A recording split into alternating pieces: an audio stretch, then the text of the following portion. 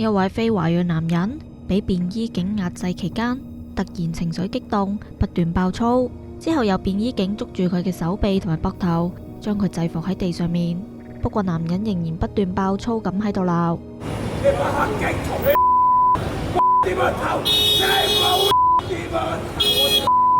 之後便衣警叫人幫手截車，好快一架銀色7人車到達，呢名男人被押上車上面離開。事發喺星期一，油麻地上海街同寧波街交界。當時警方聯同食環署人員打擊阻街同埋交通違例事項，期間遇到呢一名23歲巴基斯坦籍男子，